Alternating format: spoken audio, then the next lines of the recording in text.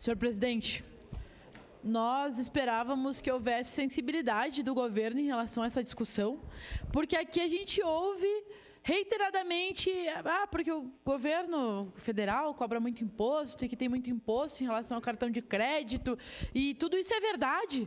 Agora, quando esse debate vem para o nosso município, vereador Libardi, a gente quer fazer com que as pessoas percam os seus bens com juros e multa, e nós não estamos tendo um olhar aqui para as pessoas em situação de vulnerabilidade social.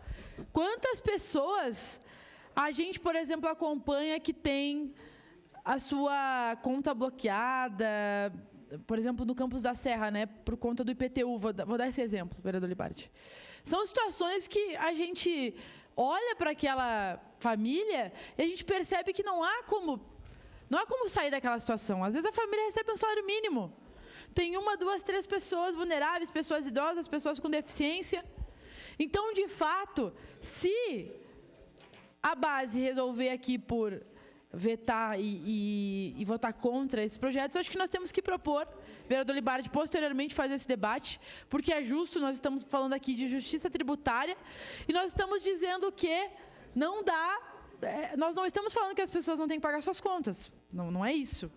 Pelo contrário, a gente está dizendo que as pessoas não podem ser prejudicadas integralmente, né? Pessoas que muitas vezes não têm nem salário para sua subsistência básica, aqui, de daqui a pouco perder totalmente a sua capacidade de crédito, enfim, de sobrevivência, capacidade salarial, por conta de uma questão municipal, né? E aí, quando a gente fala de juros e multas, é ainda pior, porque nós sabemos que a maior parte do povo brasileiro tem a sua renda comprometida por conta de juros, né? Isso é extremamente injusto. Portanto, vereador Libardi, consideraríamos justo que o governo municipal, que a base, tivesse um olhar para isso, né? Porque nós estamos falando aqui que precisamos tratar situações diferentes de formas diferentes. Seria isso, senhor presidente. Obrigada.